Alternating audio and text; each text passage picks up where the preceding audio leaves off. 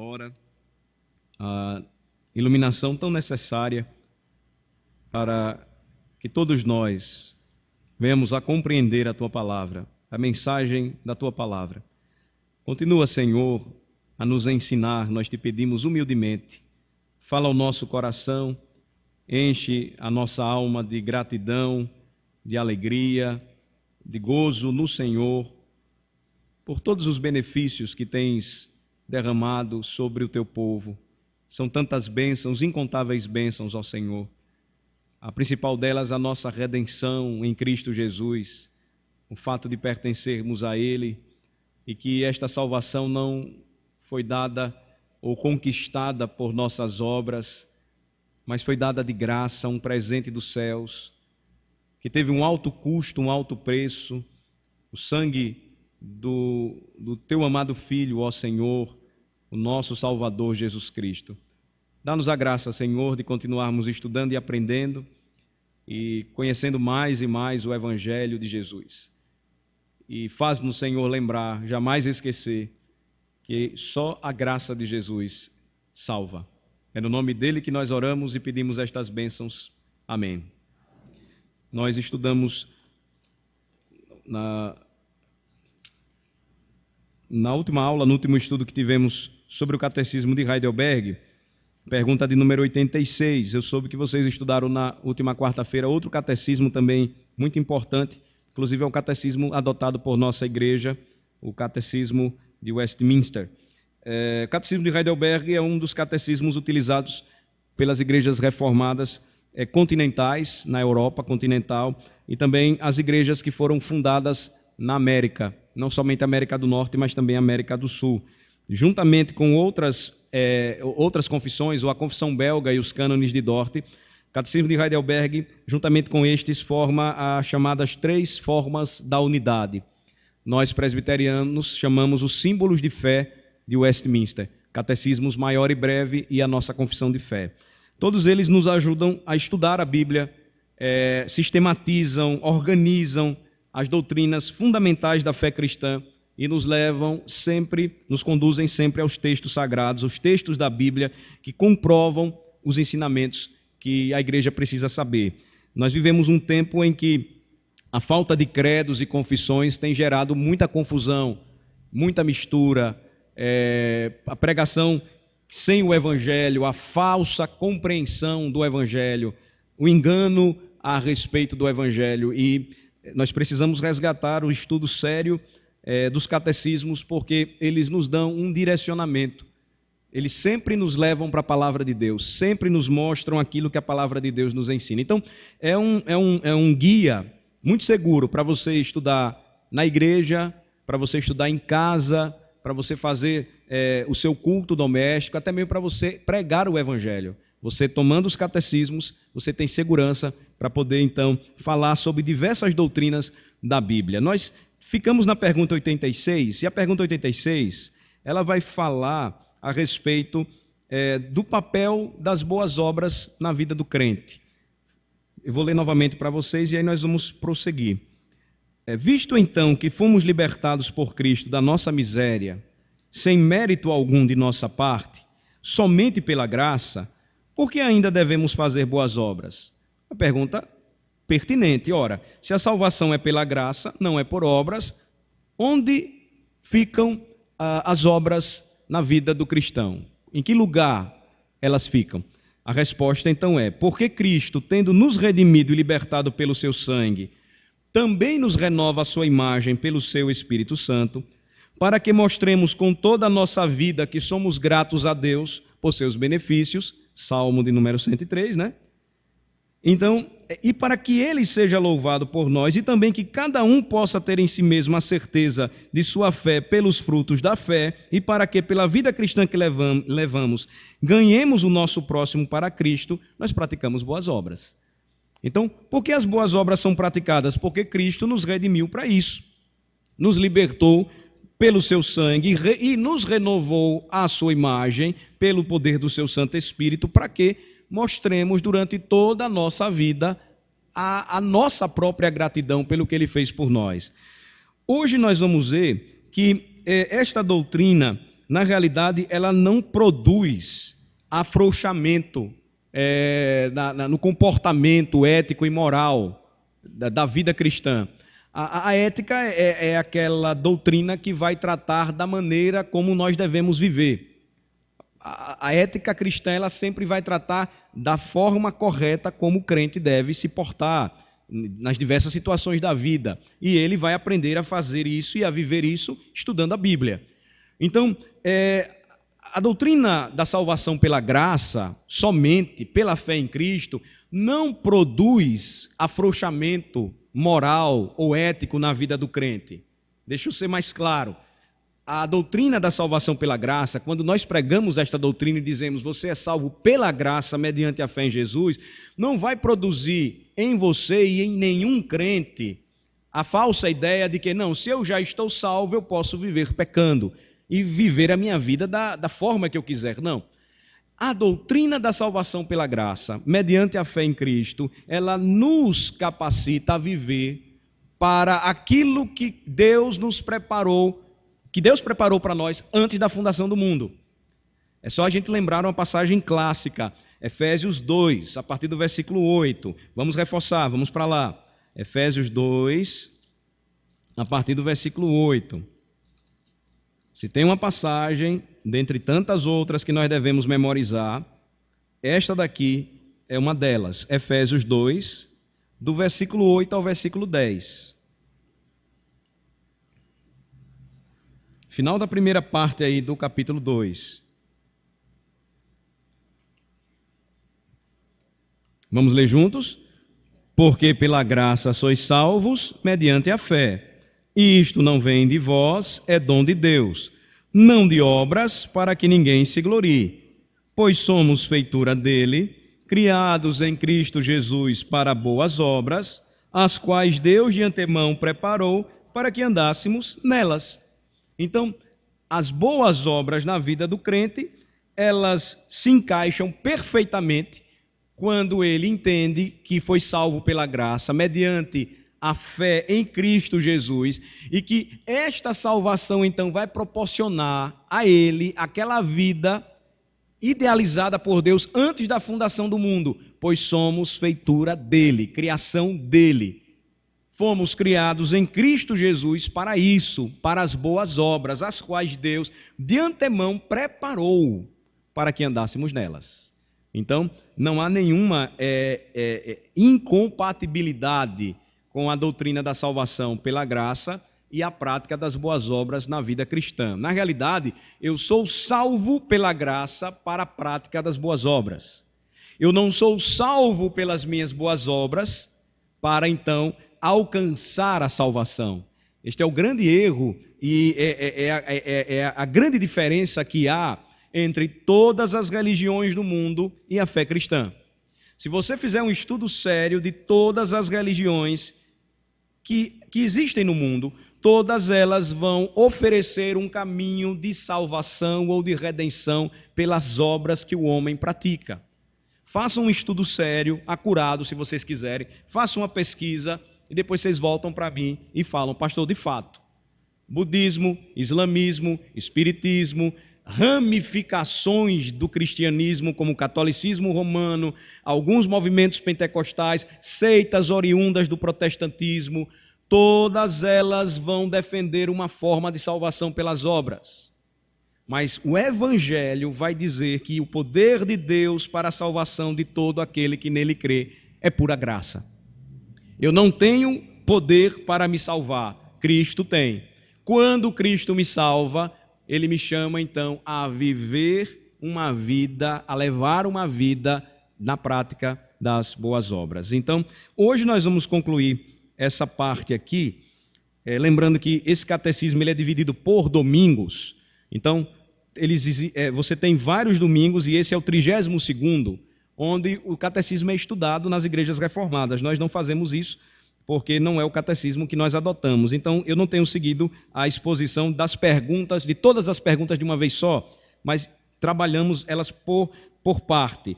Então, hoje, esse 32º domingo se encerra com a pergunta 87, e aí eu vou ler para vocês agora, porque ela complementa o que nós já estudamos na pergunta 86. Pergunta 87 diz assim: então, aqueles que continuam vivendo sem Deus, sem gratidão, e não se convertem a Ele, não podem ser salvos?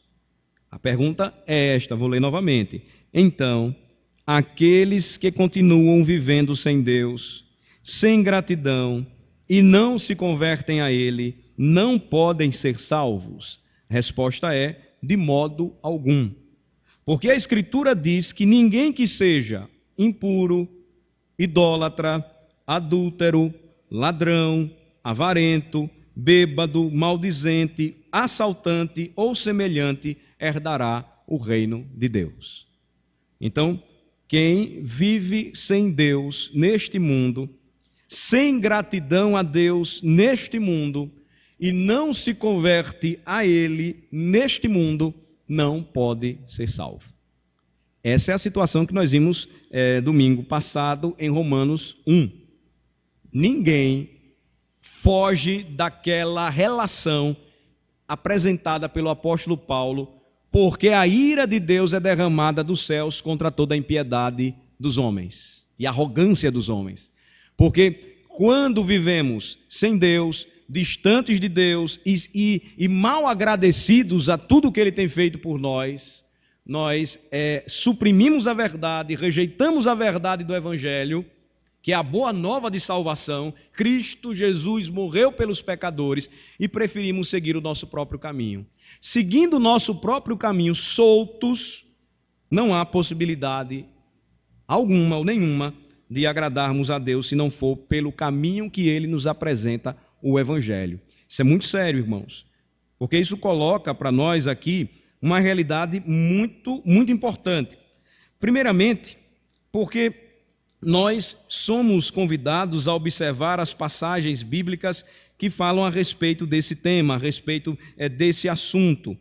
E vamos também lembrar, ou a Bíblia vai nos lembrar, que não importa qual seja o pecado do homem, o meu pecado ou o seu pecado, pode ser orgulho, pode ser calúnia, pode ser roubo, pode ser cobiça ou imoralidade sexual. Se nos entregamos a Ele e vivemos nele em uma despreocupação feliz, achando que estamos bem, não herdaremos o reino de Deus.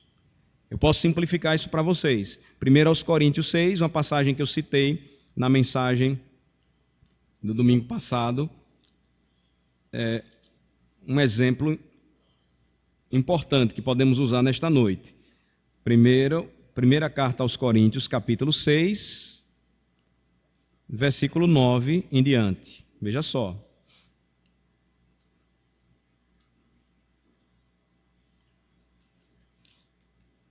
Versículos 9 e 10.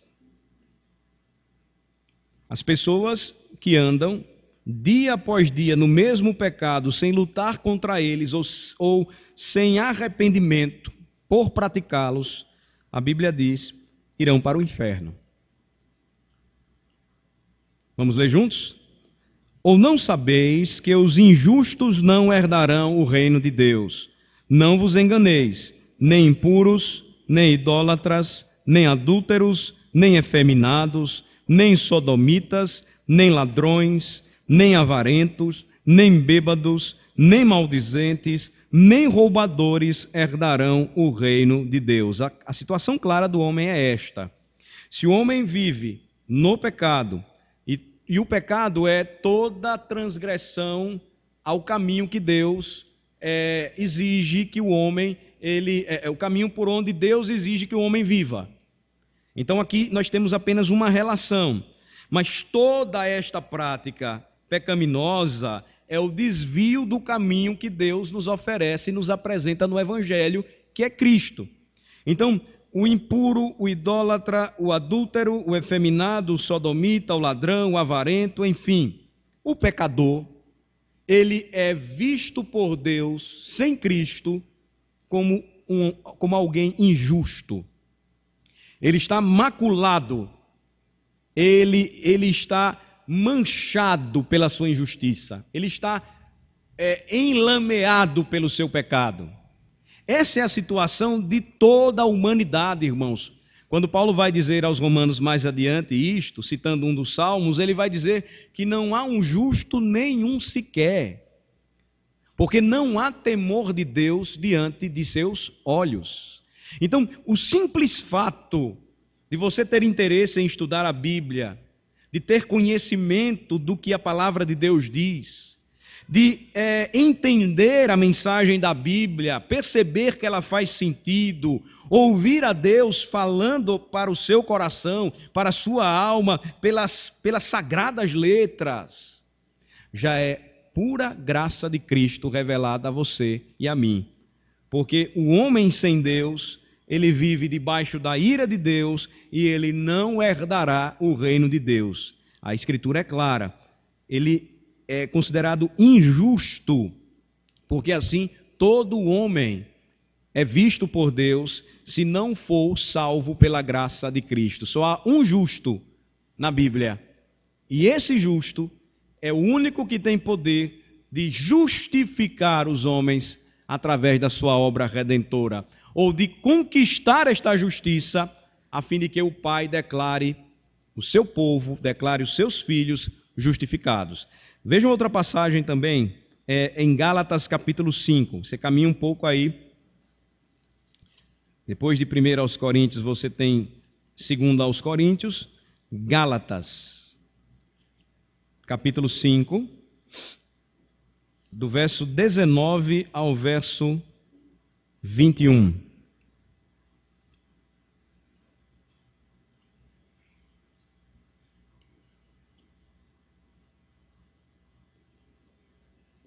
Gálatas 5, de 19 a 21. Eu vou aqui só mencionar para vocês a relação que o apóstolo Paulo faz sobre as obras da carne.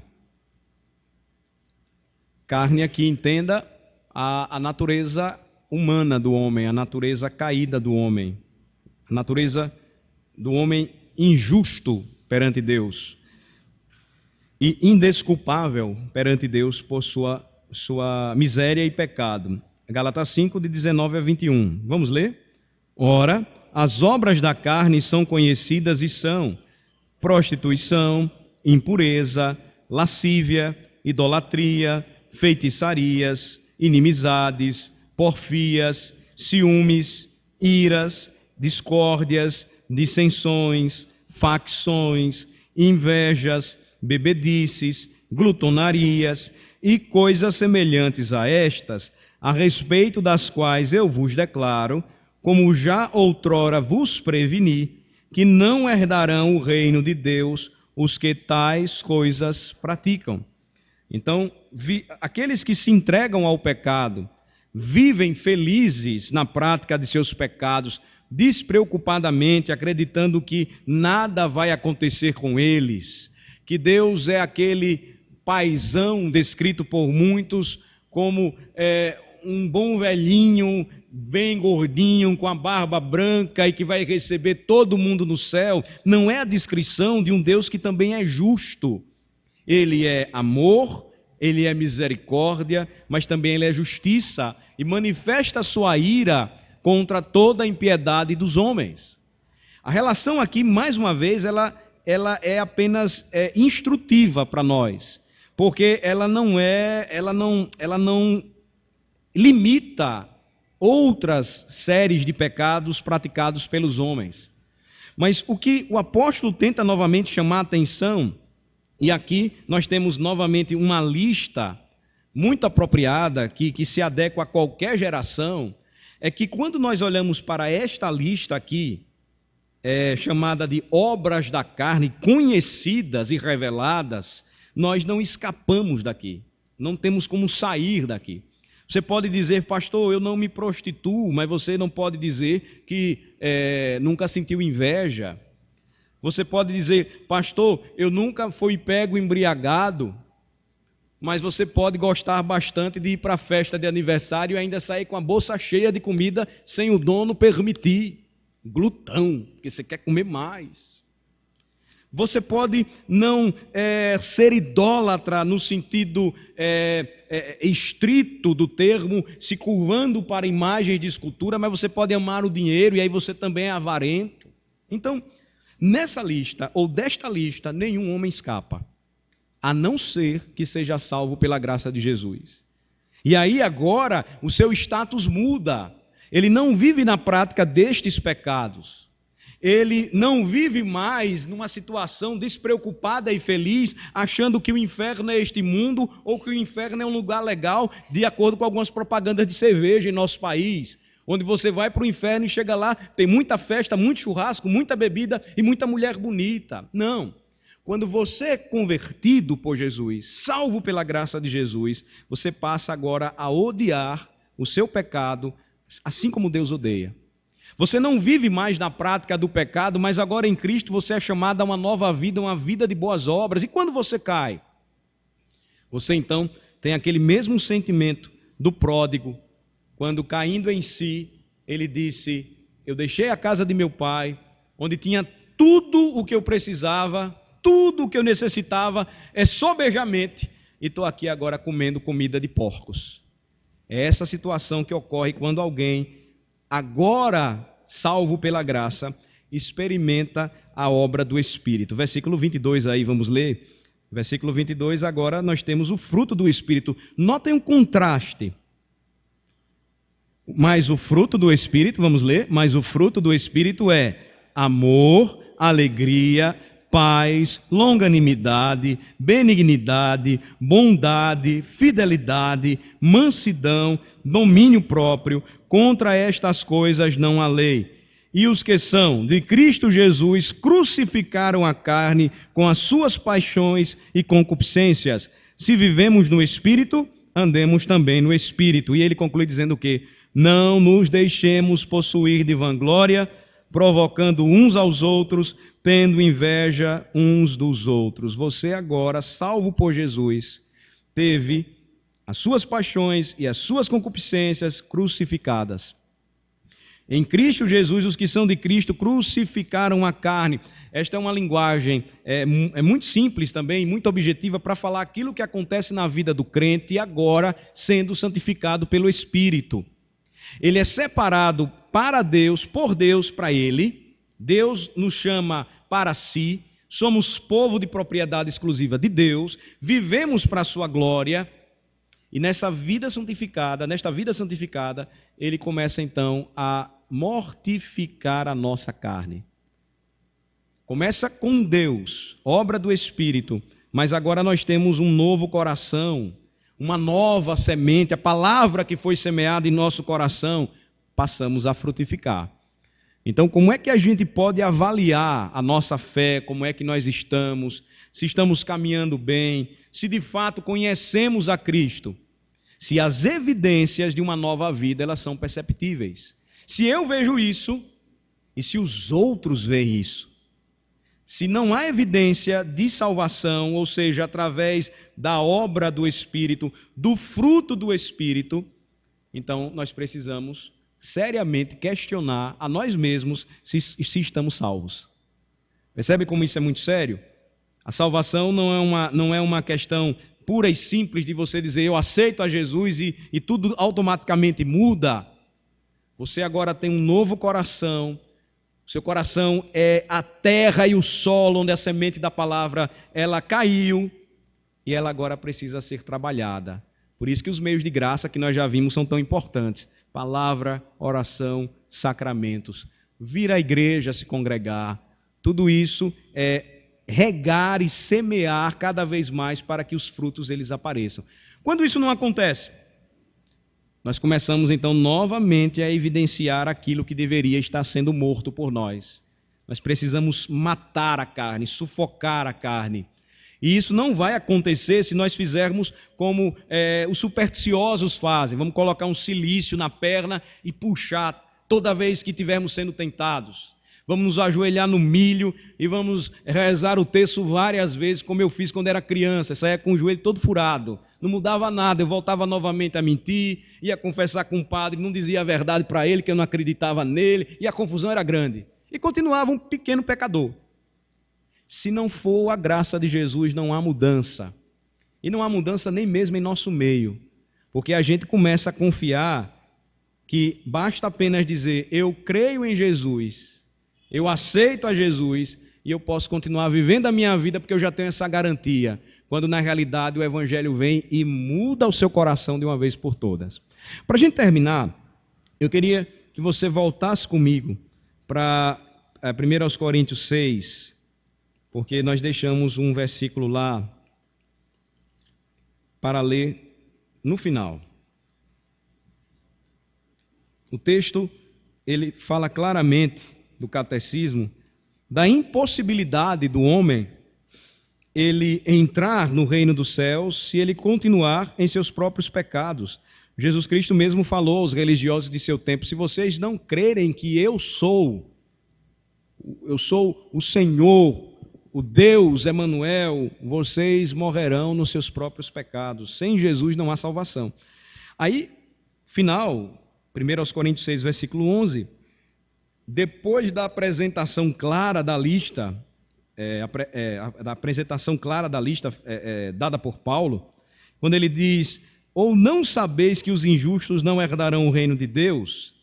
E ele conclui novamente dizendo que estes não herdariam o reino de Deus, final do versículo 10.